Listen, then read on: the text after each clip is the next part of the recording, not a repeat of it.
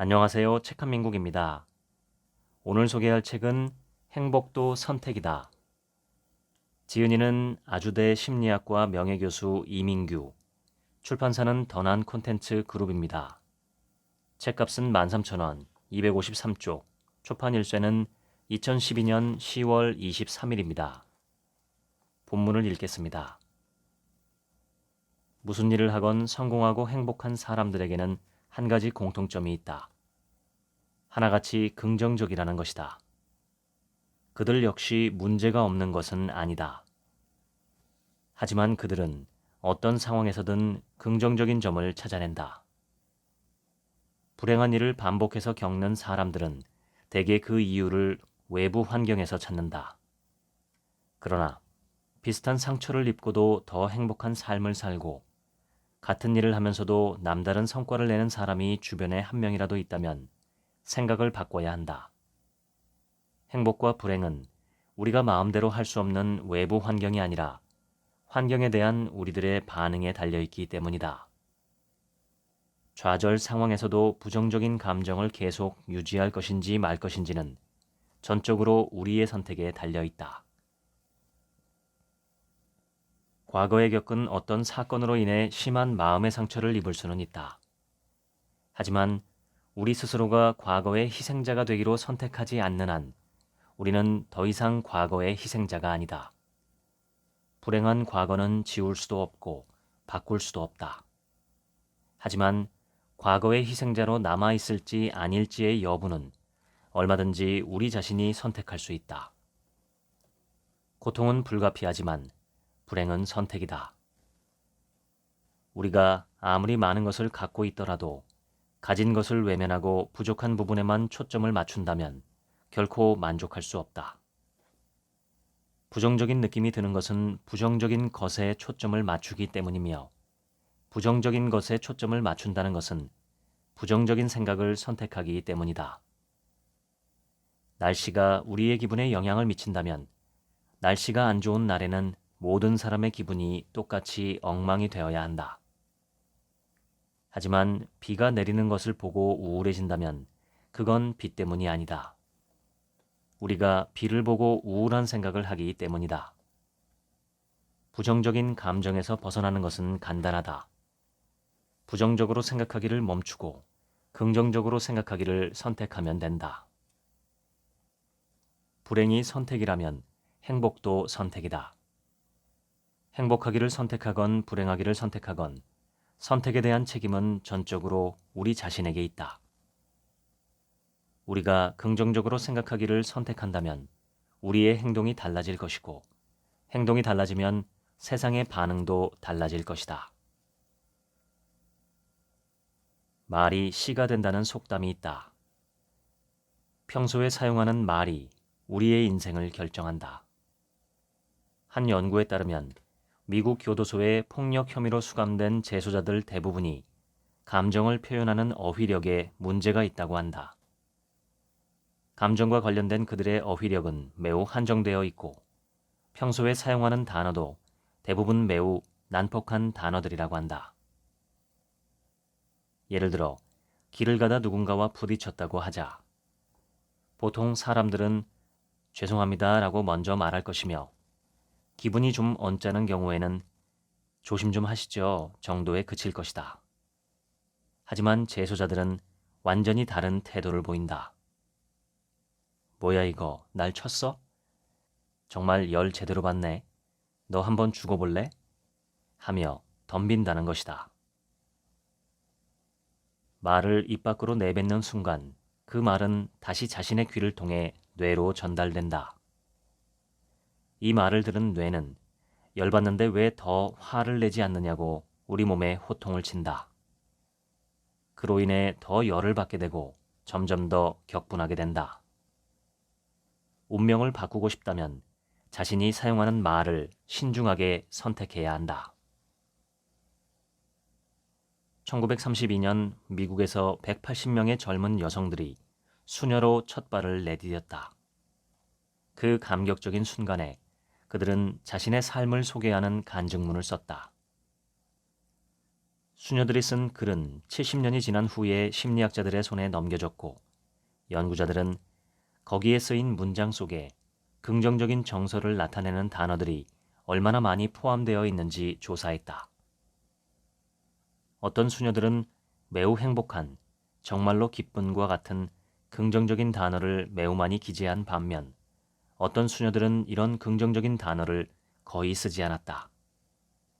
자료를 분석한 결과 긍정적인 단어를 많이 썼던 수녀들은 무려 90%가 85세를 넘기며 오래 산 것으로 밝혀졌다. 반면 긍정적인 단어를 별로 쓰지 않은 수녀들은 34%만이 85세 이상 생존했다. 우리가 사용하는 어휘가 우리의 생각을 결정하고 그 생각이 우리의 감정과 행동을 결정한다. 실제로 어떤 단어를 읽는 것만으로도 우리의 생각과 감정이 달라질 수 있다. 공격적인 언어를 구사하는 사람들은 공격적으로 행동할 가능성이 많고 따뜻한 어휘를 선택하는 사람들은 따뜻하게 행동할 가능성이 많다. 그래서 행동을 바꾸려면 일상에서 사용하는 말부터 바꿔야 한다. 행복한 사람과 불행한 사람의 차이는 그들이 사용하는 말에 있으며 사용하는 말을 관찰하면 그 사람이 어떤 사람인지 알 수 있다. 따라서 자기가 평소 어떤 단어를 습관적으로 사용하는지 관찰해야 한다. 애인에게 걸핏하면 우리 헤어져 라고 말한다면 그냥 해본 말이라고 할지라도 헤어질 가능성이 현저하게 높아진다. 진심으로 애인과 헤어지고 싶은 것이 아니라면 헤어지자는 말 대신 감정을 누그러뜨릴 수 있는 다른 어휘로 대체해야 한다. 절대로 죽어버리겠다라는 말을 입 밖으로 꺼내면 안 된다. 실제로 너무나 많은 사람들이 그 한마디 말로 자신을 죽음으로 몰아갔기 때문이다. 말이 씨가 된다는 속담처럼 말에는 대단한 예언자적 힘이 있다. 심지어 거짓으로 하는 말조차도 자꾸만 반복하다 보면 말한 대로 결과가 저절로 이루어지는데 이를 심리학에서는 자성 예언 또는 자기 이행적 예언이라고 한다.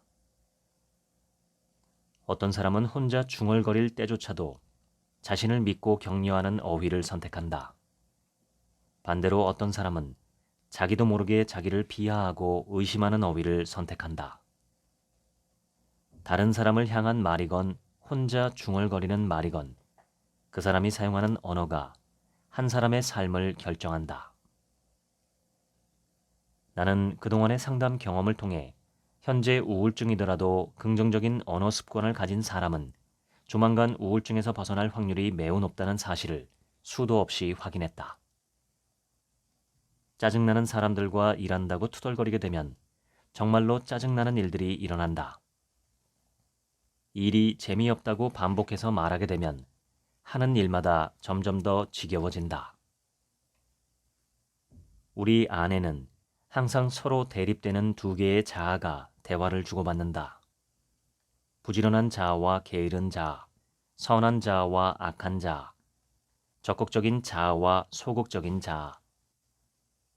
하나의 자아는 다른 자아의 생각을 강화시키기도 하고 약화시키기도 한다. 우리 모두는 내면의 언어로 자신에게 지시를 내린다. 그러므로 감정과 행동을 바꾸려면 반드시 내면의 언어를 바꿔야 한다. 다른 사람들에게는 긍정적인 말을 많이 해주면서도 자기 자신에게는 습관적으로 부정적인 말을 하는 사람들이 많다. 다른 사람보다 자기 스스로에게 긍정적인 말을 들려주는 것이 더 중요하다. 말을 하는 주체는 사람이지만 말은 주인의 운명을 결정한다. 우리가 하는 모든 말은 우리의 삶을 결정한다. 삶을 바꾸고 싶다면 말을 바꾸어야 한다. 작가인 버니 S. 시겔은 이렇게 말했다. 신의 책상 위에는 이런 글이 쓰여 있다. 내가 만일 불행하다는 말을 하고 다닌다면 불행이 정말 어떤 것인지 보여주겠다. 내가 만일 행복하다고 말하며 다닌다면 행복이 정말 어떤 것인지 보여주겠다. 1825년 러시아 알렉산드로 1세가 죽은 뒤에 니콜라이 1세가 즉위하자마자 데카브리스트, 즉 12월 당원들이 러시아의 근대화를 요구하며 반란을 일으켰다. 황제는 사흘 만에 이들을 무자비하게 진압하고 주동자 5명에게 교수형을 선고했다. 이때 운 좋게도 콘드라티 릴레예프의 목을 매단 밧줄이 그만 끊어지고 말았다. 시인이었던 그는 벌떡 일어나 군중을 향해 의기양양하게 소리쳤다. 이 밧줄을 보라. 러시아는 제대로 할 수 있는 것이 하나도 없다. 밧줄 하나 제대로 못 만들지 않는가? 그 당시 유럽의 다른 나라처럼 러시아에서도 사형장 밧줄이 끊어진 경우 이를 신의 섭리라 믿고 사면해 주는 게 관례였다. 니콜라이 1세도 별 수가 없었다. 사면장에 서명을 하다 문득 그가 물었다. 기적이 일어난 뒤 릴레예프가 뭐라던가. 신하가 러시아는 밧줄 하나도 제대로 만들지 못한다고 조롱했다고 전하자 황제는 화를 내며 사면장을 찢어버렸다. 그 말이 틀렸음을 증명하도록 하라. 릴레예프는 다음날 교수대에 다시 섰다. 이번엔 줄이 끊어지지 않았다.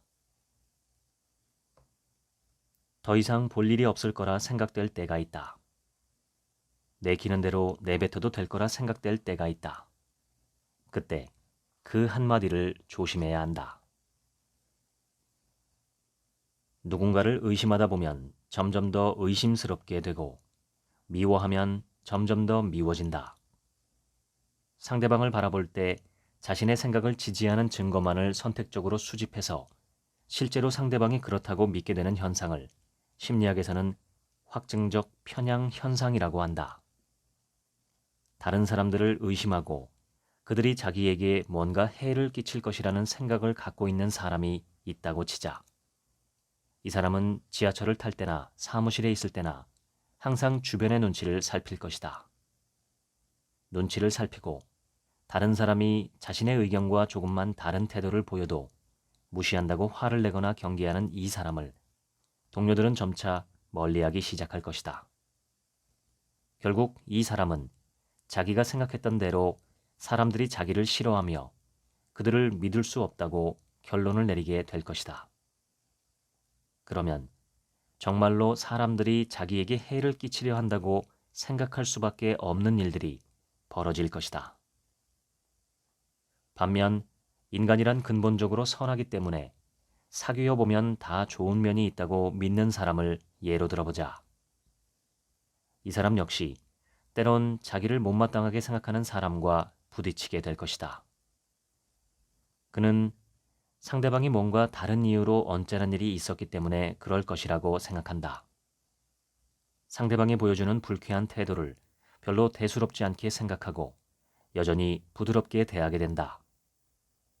이런 일이 반복되면 상대방의 행동이 점차 호의적으로 바뀌게 된다. 결국 자기가 믿은 대로 사람들은 선한 구석이 많다는 점을 확인하게 된다. 이처럼 사람들을 믿지 못하고 싫어하게 되면 자연스럽게 사람들과 멀어지는 자신을 보게 될 것이고 사람들은 기본적으로 착하다고 생각하는 사람은 좋은 사람들로 둘러싸여 있는 자신을 발견하게 될 것이다. 중학 시절 말다툼에 대한 사과를 받아주지 않은 데 상처를 입은 20대 여성이 6년 만에 친구를 찾아가 흉기를 휘둘러 살인 미수 혐의로 구속된 사건이 있었다.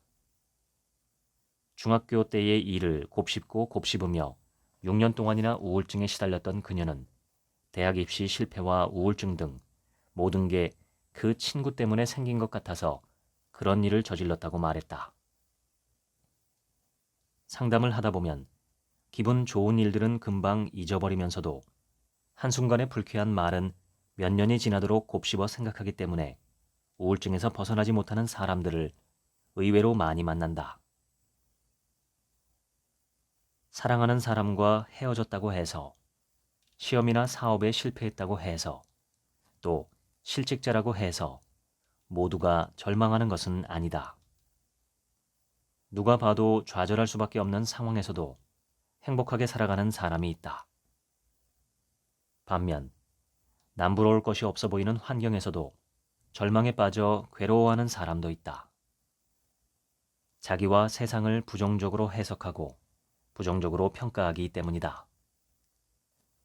행복한 삶을 살고 싶다면 반드시 모든 경험에서 긍정적인 점을 찾아내는 법을 배워야 한다. 남의 떡이 더 커 보인다라는 우리 속담이나 남의 잔디가 더 푸르러 보인다는 서양 속담은 모두 남의 처지가 더 좋아 보이는 사람들의 마음을 가리키는 말이다. 이를 비교의 함정이라고 한다. 남이 하는 일은 쉬워 보이고 자기가 하는 일은 힘들게 느껴지는 것이 사람의 마음이다. 같은 일이라도 자신에게 일어난 일을 더 중요하게 생각하며 남의 큰 고통보다 자신의 사소한 괴로움에 더 민감한 것이 인지상정이다. 이처럼 자기가 하는 일에 대해서는 더 힘들다고 과대평가하면서 다른 사람들이 하는 일이나 노력을 과소평가하는 현상을 자기중심적 편파라고 한다. 남의 연병이 내 곧불만 못하다는 속담이 있다. 남의 큰 재난보다 자기의 사소한 괴로움을 더 절박하게 느끼는 것이 인간의 본성이다. 남의 짐은 가벼워 보이게 마련이다. 행복심리학자 소니아 루보머스키는 잘못된 비교가 불행의 씨앗이 될 수 있음을 실험으로 검증했다. 그녀는 스스로 행복하다는 사람과 불행하다는 사람들에게 철자풀이 과제를 부여했다. 그리고 그 결과를 다른 참가자들의 결과와 함께 알려주었다. 행복한 사람이든 불행한 사람이든 좋은 점수를 받으면 모두 기분이 좋다고 했다. 하지만 다른 사람들의 점수를 알고 난 다음에 보여준 두 집단의 태도는 완전히 달랐다. 행복한 사람들은 다른 사람들의 점수가 자기보다 더 좋든 나쁘든 자신의 점수에 만족했다. 그러나 불행한 사람들은 다른 사람들의 점수에 의해 기분이 현저히 달라졌다. 다른 사람들의 점수가 자신보다 더 못하면 매우 좋아했지만 다른 사람들의 점수가 자신보다 더 높다는 것을 알고 나면 자신을 과소평가하고 금방 침체된 기분과 불쾌한 반응을 보였다. 이 실험에서 우리가 얻을 수 있는 교훈은 이것이다. 비교의 함정에서 벗어나지 못하면 평생 불행하게 살 가능성이 많다. 유감스럽게도 너무나 많은 사람들이 자신에게 부족한 것을 생각하고 그것을 갈망하며 평생을 보낸다. 자신에 비하면 다른 사람들의 문제는 아무것도 아니라며 자기의 불행을 과장하며 살아간다. 갖고 있지 않는 것만 아쉬워하며 갖고 있는 것에 감사하지 못하는 사람은 결코 행복할 수 없다. 왜냐하면 갖고 있는 것에 대한 불만이 크면 클수록 행복은 점점 더 멀어지기 때문이다. 법정 스님은 생전에 이렇게 말했다.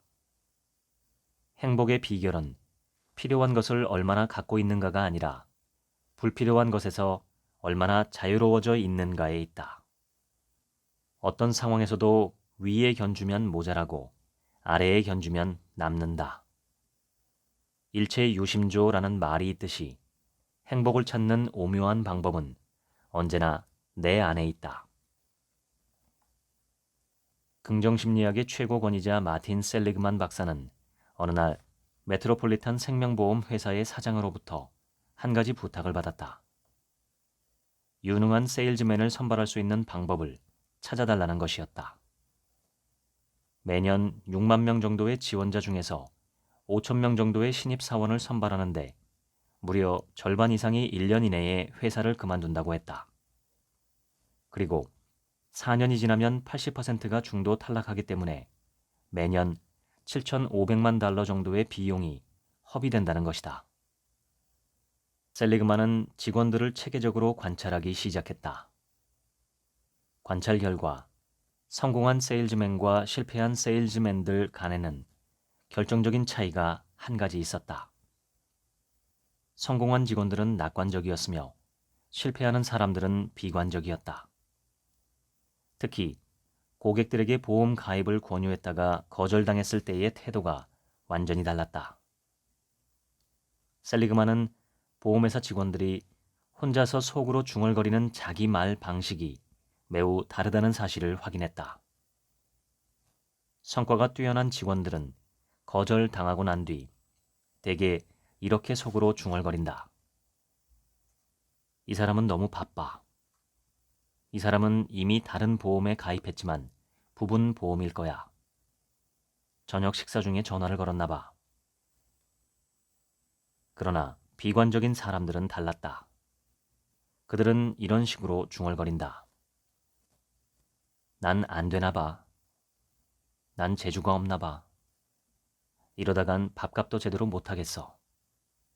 그 후 셀리그만은 직원들의 사고방식이 얼마나 낙관적인지를 평가할 수 있는 검사를 실시해 입사 1년과 2년의 보험 계약고를 비교했다.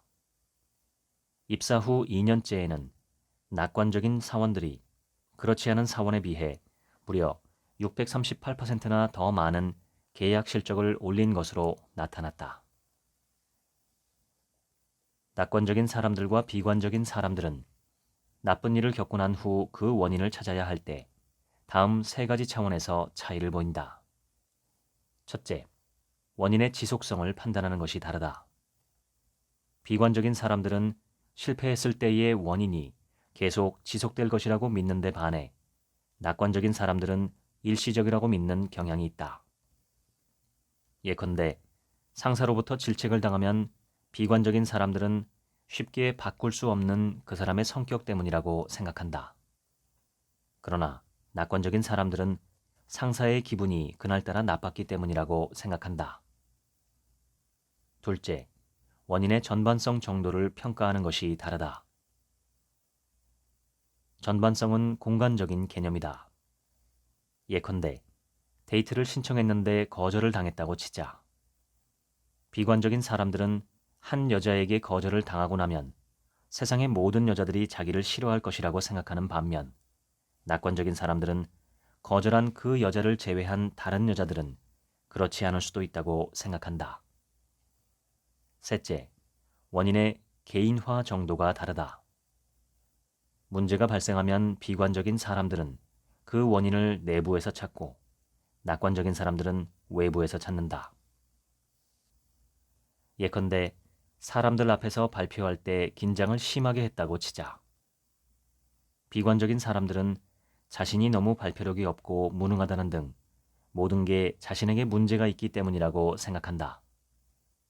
그러나 낙관적인 사람들은 대중 앞에서 중요한 것을 발표할 때 긴장하는 것은 당연하다고 생각한다.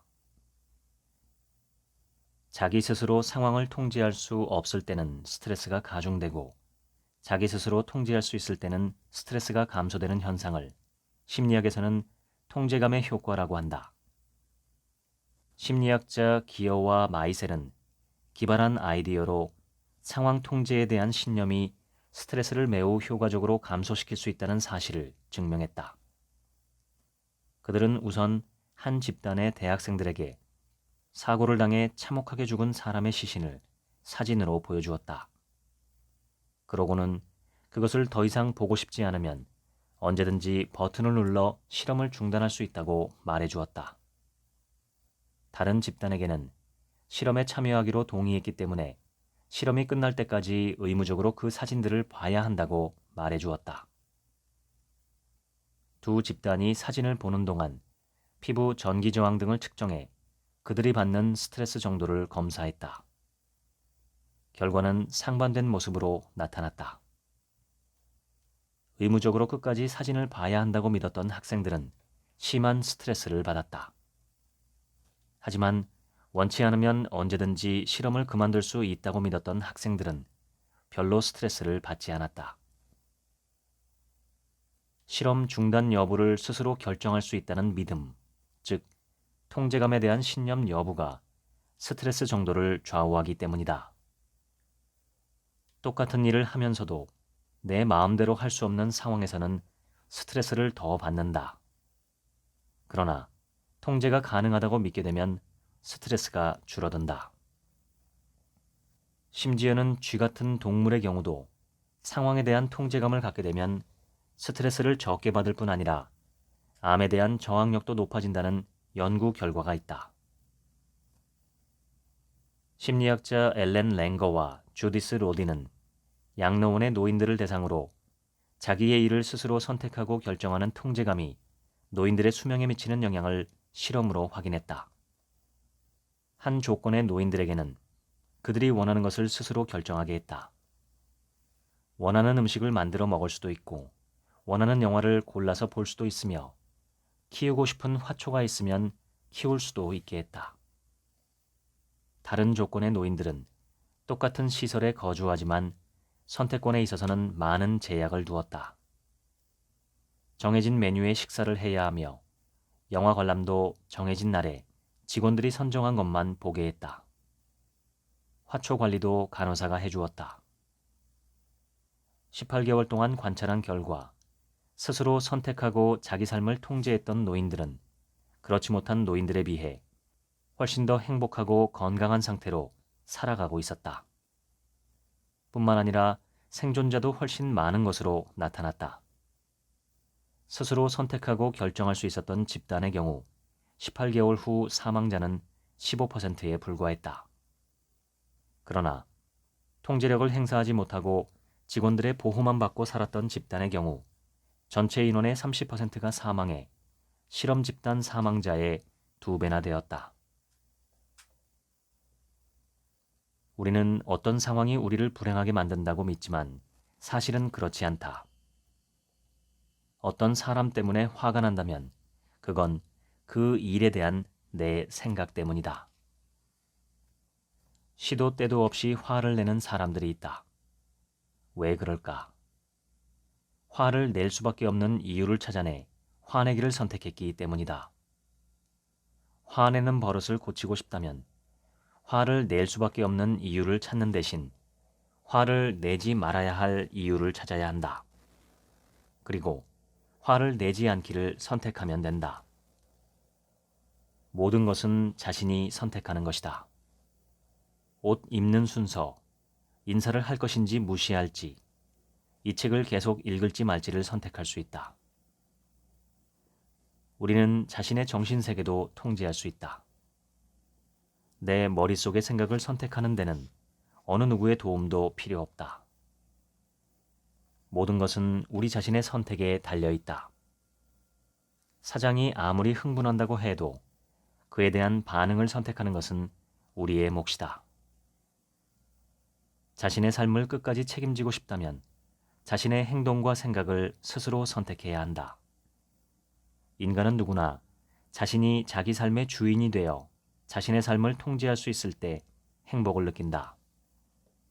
우리는 누구나 자신의 삶에서 중요한 선택을 스스로 할 수 있다. 자신의 선택에 대해 책임질 수 있는 사람이 진정 행복한 사람이다. 사람들이 뭔가를 주고받는 모습을 잘 살펴보면 2가지 유형이 관찰된다. 어떤 사람은 주로 먼저 주고 나중에 받는다. 또 어떤 사람은 받고 나서 나중에 준다. 누가 더 성공할 가능성이 클까? 먼저 주면 결과적으로 손해를 볼 것이라고 생각하기가 쉽다. 하지만 결과는 그 반대인 경우가 더 많다. 거두려면 먼저 뿌려야 하고 원한다면 먼저 주어야 한다. 미소를 원하면 먼저 미소를 지어야 한다. 돈을 벌고 싶다면 상대방에게 돈을 벌게 해주어야 한다. 더 많은 것을 원하면 상대방이 더 많은 것을 얻게 도와주어야 한다. 직원들로부터 협조를 끌어내고자 한다면 먼저 그들을 도와주어야 한다. 더 많은 보수를 원한다면 고용주가 더 많이 벌게 도와주어야 한다. 수확을 거두려면 먼저 씨를 뿌린 후에 정성껏 가꾸고 시간을 두고 기다려야 한다. 어떤 사람이 누군가를 싫어한다면 왜 싫어하는지 물어보라. 십중팔구 이런 대답을 듣게 될 것이다. 그 사람이 나를 싫어하니까요. 사람은 자기를 싫어하는 사람을 싫어하고 자기에게 무관심한 사람에게 관심을 두지 않는다. 이 말을 뒤집으면 사람은 자기를 좋아하는 사람을 좋아한다는 것이다. 달라이라마는 이렇게 말했다. 그대의 과거를 알고 싶은가? 그렇다면 현재의 처지를 잘 살펴보라. 그대의 미래를 알고 싶은가? 그렇다면 현재 그대의 행동을 관찰하라. 사람들이 우리를 좋아하지 않는다면 그건 지금까지 우리가 그들을 진심으로 좋아하지 않았다는 이야기다. 사람들이 우리를 좋아하고 대접해 주기를 원한다면 우리가 먼저 그들을 좋아하고 대접해 주어야 한다. 정말로 인생을 낭비하고 싶지 않다면 지금부터라도 지금까지와는 다르게 살아야 한다. 무엇을 새로 시작하기에 너무 늦어버린 경우는 없다. 성공한 사람들은 실패한 사람들이 하기 싫어하는 일을 한다. 그들은 장기적인 관점에서 생각하기 때문에 당장의 욕구 충족을 지연시키고 고통을 감수하며 더 큰 보상을 추구한다. 쓰고 남으면 저축을 하겠다거나 시간이 있어야 중요한 일을 하겠다고 생각하는 사람들은 꿈을 이룰 수 없다. 중요한 일과 긴급한 일을 분리해서 살아야 언젠가 당신도 꿈을 이룰 수 있다. 예고 없는 해고 통고소를 받게 되면 누구나 절망감을 느낄 것이다. 회사가 원망스럽고 마음속에서 분노가 치솟을 것이다. 뭔가 바라는 대로 일이 풀리지 않는다면 그 고통의 원인이 어디에 있는지를 스스로에게 물어야 한다. 고통을 겪고 있는 많은 사람들은 흔히 고통의 원인을 외부에서 찾는다. 그렇지만 해고 통지서를 받은 사람들 모두가 그 회사에 입사하기를 스스로 선택했으며 회사에서 퇴출당할 것에 대비하지 않았고 회사에 자기의 인생을 맡기는 삶을 선택했다는 사실을 부정할 수는 없을 것이다. 당신이 현재 느끼고 있는 것이 행복이든 불행이든 많은 경우 그것은 과거의 산물이다. 그것을 알고 있기 때문에 많은 사람들은 과거를 후회한다. 99%의 평범한 사람들은 현재의 관점으로 살아가며 당장의 욕구 충족에 집중한다. 그러나 1%의 성공한 사람들은 다르다. 그들은 이따금 하던 일을 멈추고 10년, 20년, 50년 후의 미래로 미리 가본다. 그리고 역으로 거슬러 올라와 그 미래를 위해 지금 무엇을 해야 할지 결정한다. 행복과 성공의 열쇠가 무엇인지를 밝히기 위해 50년 이상 연구했던 하버드 대학의 에드워드 벤필드 박사는 장기적인 안목이 행복과 성공을 결정하는 가장 확실한 요인이라고 결론을 내렸다. 장기적인 안목이란 미래의 관점에서 지금 당장 해야 할 중요한 일이 무엇인지를 결정하는 능력이다. 행복하고 성공적인 삶을 살고 싶다면 미래의 관점에서 과거와 현재를 조망할 수 있어야 한다. 우리는 행복하기 때문에 웃는 것이 아니고 웃기 때문에 행복하다. 행복도 하나의 선택이며 그 가운데 가장 잘 알려지고 가장 오래된 방법은 미소를 짓는 것이다. 어떤 동료가 좋으세요? 모 백화점 남녀 직원들을 대상으로 조사한 설문 내용이다. 조사 결과 남자 직원들이 좋아하는 여자 직원은 밝은 미소를 지닌 사람이 1위를 차지했다. 여자 직원들을 대상으로 조사한 결과 역시 재치와 유머가 있는 남자가 상위 순위에 선정되었다.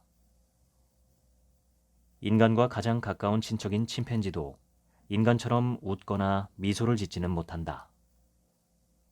인간의 경우는 신체의 어느 부위보다도 손과 얼굴을 관장하는 대뇌 체감각 피질이 넓다.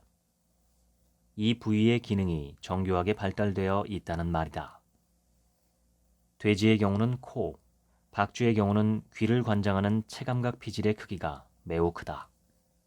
즉, 돼지는 코가 발달되었고 박쥐는 귀가 발달되었다는 것이다.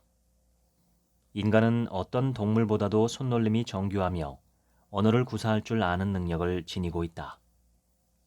다른 동물들은 도저히 흉내낼 수 없을 정도로 입모양과 표정을 다양하게 조작해서 매우 복잡한 감정 표현을 할 수 있다.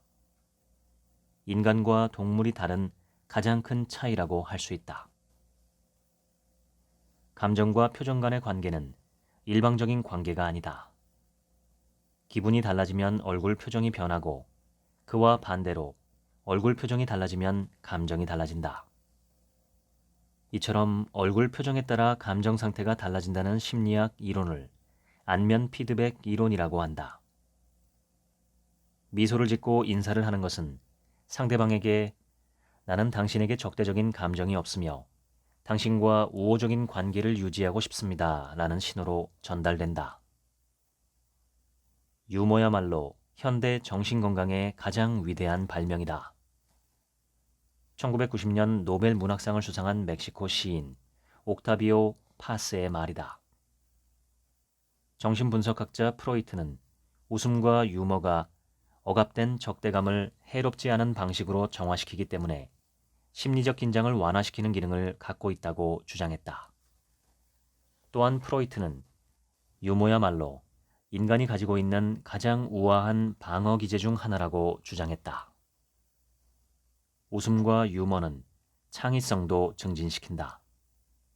그래서 창의적인 사람들 중에는 유머 감각이 뛰어난 사람들이 많다.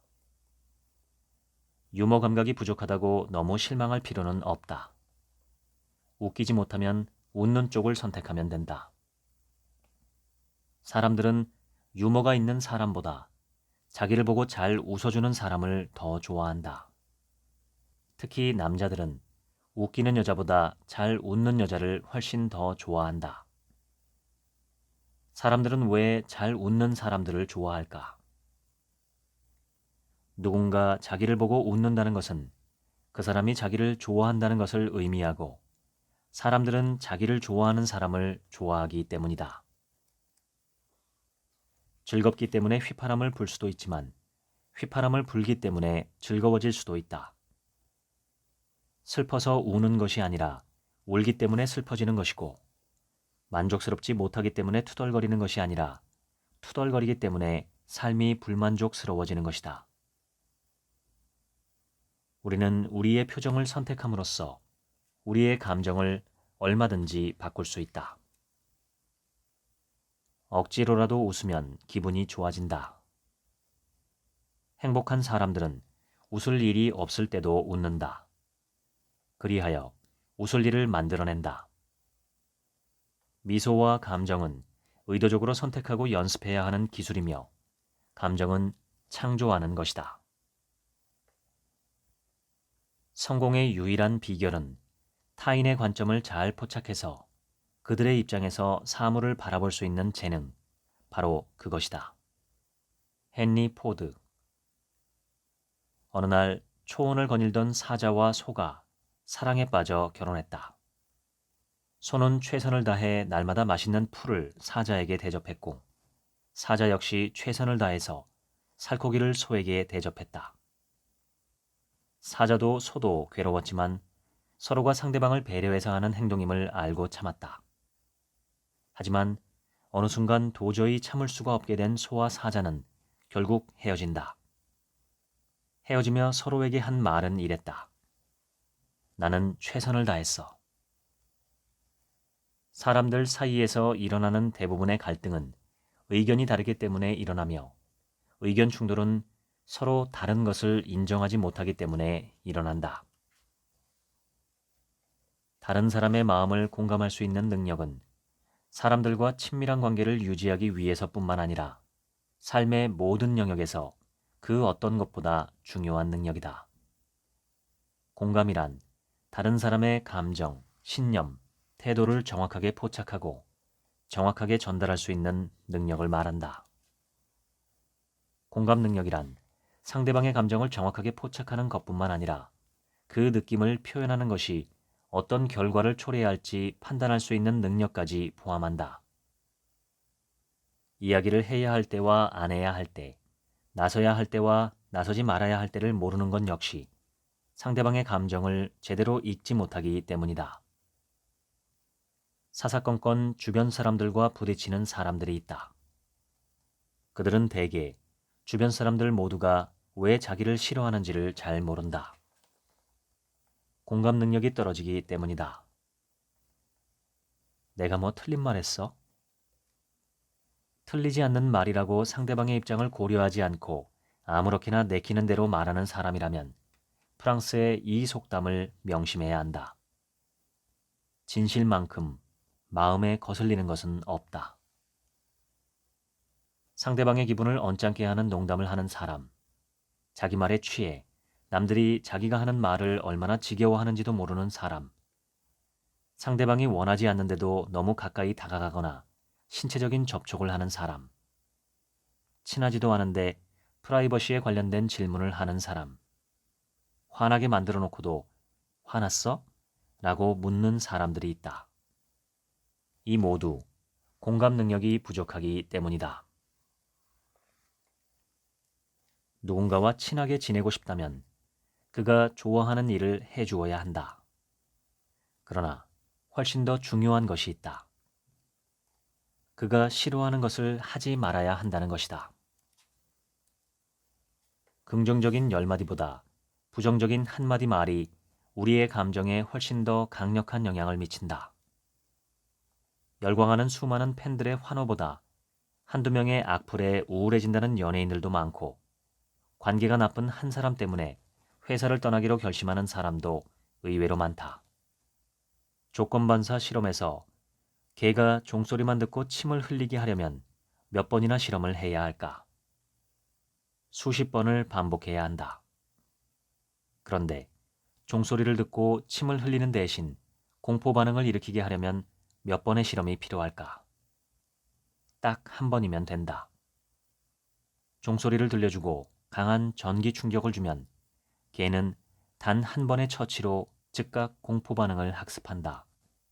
우리는 칭찬은 속삭임처럼 듣고 비난은 천둥처럼 듣는다. 옳고 그름을 밝히기 위해 개와 싸우다 물리기보다는 개가 도망갈 길을 터주는 것이 현명하다. 개에게 물리고 나서 개를 죽여봤자 개에게 물린 상처가 치유되는 것은 아니기 때문이다.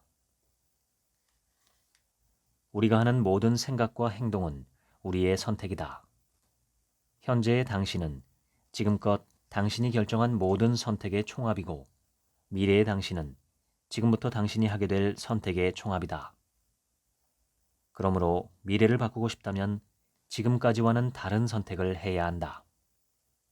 운명을 바꾸고 싶다면 선택을 바꿔야 한다. 삶에 만족하지 못하면서도 달라지지 않는 사람들에게는 한 가지 공통점이 있다. 한결같이 문제의 원인과 해결책을 외부에서 찾는다는 것이다. 문제의 원인과 해결책이 자신이 아닌 다른 어떤 것에 있다고 생각하는데 무엇 때문에 자기를 변화시키려 하겠는가? 상담을 하다 보면 좀처럼 변화를 보이지 않던 내담자가 어느 순간 달라지기 시작할 때가 있다. 자신의 문제가 자신의 선택에서 비롯된다는 사실을 깨닫고 나서다. 그러므로 진정으로 달라지고 싶다면 문제의 원인을 자신의 내부에서 찾으려고 해야 한다. 다른 사람이나 날씨를 우리 마음대로 선택할 수는 없다. 하지만 우리의 반응은 얼마든지 선택할 수 있다. 우리의 과거는 우리의 운명과 아무런 상관이 없다.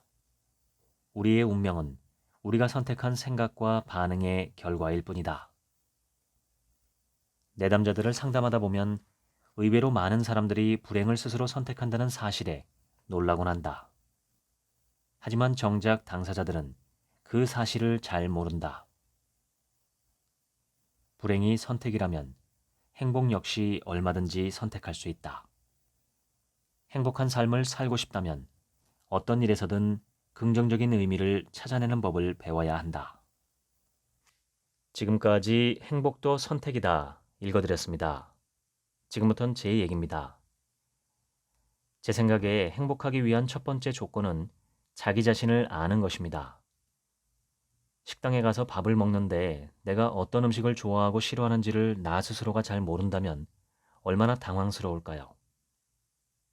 연애나 결혼을 하고 싶은데 내가 선호하는 성격이나 스타일을 모른다면 얼마나 막막할까요? 군에 입대했을 때 어떤 군복을 입을까, 어떤 전투화를 신어야 하나 고민할 필요가 없는 이유는 주어진 선택지가 하나뿐이기 때문입니다. 사이즈만 확인하면 됩니다. 그런데 이렇게 선택지가 하나인 경우는 인생에서 극히 드문 일입니다. 대부분은 복수의 선택지가 존재합니다. 때론 얼마나 많은 선택지가 있는지조차 알 수 없을 때가 많습니다. 그래서 우리는 늘 선택의 기로에서 고민합니다. 그러다 결국 자기 기호나 선호를 바탕으로 선택하죠. 따라서 행복해지려면 무엇보다 먼저 나 자신이 어떤 사람인지 정확히 파악하는 게 필요합니다. 자신이 언제 행복감을 느끼고 언제 불행감을 느끼는지 알아야 합니다. 그런데 우리는 의외로 자기 자신을 잘 모릅니다. 자기 자신과 그만큼 친숙하지 못합니다. 이것이 소외입니다. 내가 본래의 나 자신에게서 떨어져 나와 외롭게 있는 것입니다. 참된 자신의 모습에서 멀어진 인생은 허무하고 불행합니다. 자기 자신을 알고 스스로와 친해져야 합니다. 내가 어떤 사람인지 정확히 알고 나와 친해지면 내가 바라는 행복의 모습도 분명해집니다. 나를 알고 나와 친해지는 것, 이것은 우리가 평생 노력해야 할 자기와의 사귐이라고 생각합니다. 나의 가장 소중한 친구는 나 자신이고 나를 가장 사랑하고 나와 끝까지 함께할 사람 역시 나 자신입니다. 이런 나를 모르고 한평생 산다는 것은 너무 안타까운 일입니다.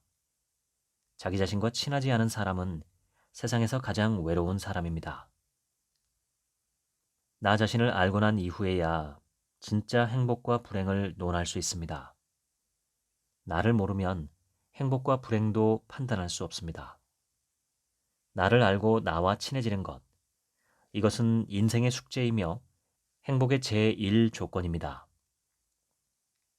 그런데 어쩌면 행복은 존재하지 않을지도 모릅니다. 법륜스님은 행복하고 싶다는 질문자에게 이렇게 말씀하셨습니다. 건강이 뭔가요? 아프지 않으면 건강한 겁니다. 행복도 그저 괴로운 것이 없으면 행복한 겁니다. 저는 이 말에 동의합니다. 그런데 괴로움이라는 것은 행복과 마찬가지로 실체가 없는 것일지도 모릅니다. 내가 누구만큼 돈을 갖고 있지 않아서 괴롭고, 누구처럼 예쁘고 젊고 잘생기고 똑똑하지 않아서 괴롭고, 누구처럼 부모나 자식이 훌륭한 사람이 아니어서 괴롭고, 가족이나 친구, 직장 상사가 나를 못살게 굴어서 괴롭고 등등 사람들이 괴로워하는 이유 대부분은 내가 타인보다 잘난 사람이면 좋겠는데 그러지 못하다는 것, 또는 이러이러한 것을 바라는 내 희망사항이 이루어지지 않았다는 것입니다. 남보다 잘난 사람이고 싶다. 그리고 이 일은 이렇게, 저 일은 저렇게 되었으면 좋겠다 하는 욕구들이 존재하고 그 욕구가 채워지지 않을 때 우리는 불행함이나 괴로움을 느낍니다. 그런데 나와 어떤 타인의 객관적이고 공평한 비교는 사실 불가능합니다. 각 사람이 갖고 있는 환경과 교육과 경험은 모두 다르기 때문입니다. 타인과의 비교와 그로 인한 우월감 또는 열등감은 그 자체가 허무한 생각입니다. 내가 타인보다 잘났는지 못났는지는 결코 알 수 없습니다. 그냥 주어진 것들, 원래 그러한 자연적인 요소들이 너무 많기 때문입니다.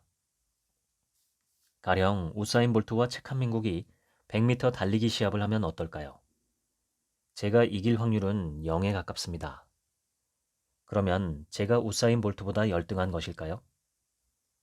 저는 그렇게 생각하지 않습니다. 저와 우사인 볼트는 나이, 체격, 체력 등 모든 면에서 다른 조건을 갖고 태어났기 때문입니다. 따라서 그것은 우사인 볼트가 자랑할 만한 것이 아닙니다. 그가 노력해서 얻은 부분보다 태어나면서부터 그냥 주어진 부분이 더 크기 때문입니다. 재벌 2세가 돈 자랑을 하면 사람들이 부러워하기는 해도 존경하지는 않는 것과 비슷합니다. 그는 훌륭한 인생을 산 결과 돈이 많아진 게 아니라 그저 돈 많은 부모 밑에서 태어났기 때문에 부자인 것입니다. 그러한 우연성은 누구도 통제할 수 없는 영역입니다. 이렇게 내 공로가 아니고 우연히 주어진 것에 대해서는 겸손하게 누리고 나누는 게 마땅합니다. 내가 특별히 훌륭한 사람인 양 자랑스러워할 만한 일은 아닌 것이죠.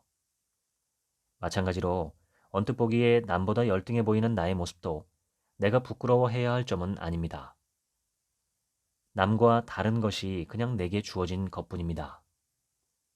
이렇게 삶의 많은 부분을 우연성이 결정하기에 내가 남과 다르다고 해서 특별히 불행할 이유도 없고 행복할 이유도 없습니다. 우리는 그냥 서로 다른 모양의 삶을 갖고 태어나 다른 경험을 하며 살아온 것뿐입니다. 타인이 갖고 있는 걸 내가 갖고 있지 못하다는 사실 자체는 누구에게나 적용되는 삶의 진실입니다. 세상과 인생은 원래 그러한 모습입니다. 그러므로 그 사실 때문에 내가 불행하다면 그것은 세상이나 타인에게 어떤 문제가 있어서 그런 게 아니라 나의 생각 어딘가에 오류가 있어서 그런 것입니다. 그 오류의 정체는 이 세상과 타인들이 내 생각대로 되면 좋겠다는 욕심입니다.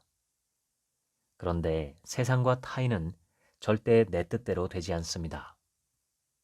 내 몸과 내 마음도 내 뜻대로 되지 않을 때가 많지 않나요? 하물며 나 아닌 모든 존재들을 내 뜻대로 좌지우지할 수는 없습니다. 그러므로 행복의 첫 번째 요건은 나 자신을 아는 것이고 두 번째는 세상이 내 뜻대로 되지는 않는 게 정상이라는 점을 깨닫는 것입니다. 그러면 삶을 수용할 수 있고 스트레스를 받지 않으며 괴롭지 않습니다. 행복의 마지막 요소는 감사하는 마음 또는 만족할 줄 아는 마음입니다. 지족, 즉 족한 줄 안다는 것입니다. 우리는 족한 줄 모를 때가 많습니다. 족하지 않은 상태, 즉 부족한 마음의 상태를 안고 살아갑니다. 늘 뭔가 부족하다고 느끼면 결핍과 불충분의 심리가 만들어질 수밖에 없고 행복은 멀어집니다. 한번 생각해 보시기 바랍니다. 우리가 한 세상 사랑하며 살아가기 위해 필요한 정말 중요한 것들은 이미 모두 무료로 주어져 있습니다. 지구와 물과 공기와 태양과 동식물 등은 우리 인류가 만든 게 아닙니다. 주어진 것입니다. 무척 감사한 일이죠. 결정적으로 우리는 지금 살아 있습니다. 이 생명은 우리가 만든 것도 아니고 어느 날 우리가 받아 태어나서 누리고 있는 것입니다. 아침에 일어나 바깥으로 걸어가면서 태양과 땅과 내가 갖고 있는 생명에 대해 감사해 본 적이 있으신가요? 삶에 정말로 중요한 것들은 지구상 모든 사람들에게 주어져 있습니다. 이런 요소에 대한 감사만으로도 저는 우리가 충분히 행복할 수 있다고 생각합니다. 돈이나 지위, 명예, 학식, 멋진 자동차와 아파트, 예쁘고 잘생긴 얼굴과 몸, 이런 것들은 정말 부차적인 것입니다. 우리를 불행하게 만들 만큼 중대한 문제가 아닙니다. 정말 중대한 문제는 우리에게 단 한 번 주어진 이 삶과 생명을 내가 얼마나 소중하게 누리고 꽃피우느냐 하는 점입니다. 지족 또는 만족은 지금 내가 살아있음을 인지하고 즐기며 기뻐하는 마음의 태도입니다. 우리 각자가 품고 있는 생명 그 자체보다 더 귀한 선물은 우리는 결코 받아본 적이 없습니다. 그러므로 우리는 외적인 조건과 상관없이 살아있음에 감탄하고 경탄하며 기뻐할 수 있습니다. 그런 태도가 매 순간 우리에게 지족할 수 있는 힘을 줍니다. 나를 알고 세상을 알며 우리 속에 있는 엄청난 보물, 즉 생명을 생각할 때 우리는 충분히 자랑스럽고 행복할 수 있습니다. 행복은 내가 현명한 생각을 선택한다면 손바닥 뒤집듯 간단하게 쟁취할 수 있는 것이면서 동시에 만약 내가 어리석은 생각을 고집한다면 세상을 다 주어도 얻을 수 없는 어려운 문제이기도 합니다. 내 안의 어리석은 생각을 버리고 현명한 생각들을 선택하시면 좋겠습니다. 기쁨과 감사와 사랑과 행복을 선택하시기를 바랍니다. 지금까지 책 한 민국의 하루치 생각이었습니다. 감사합니다.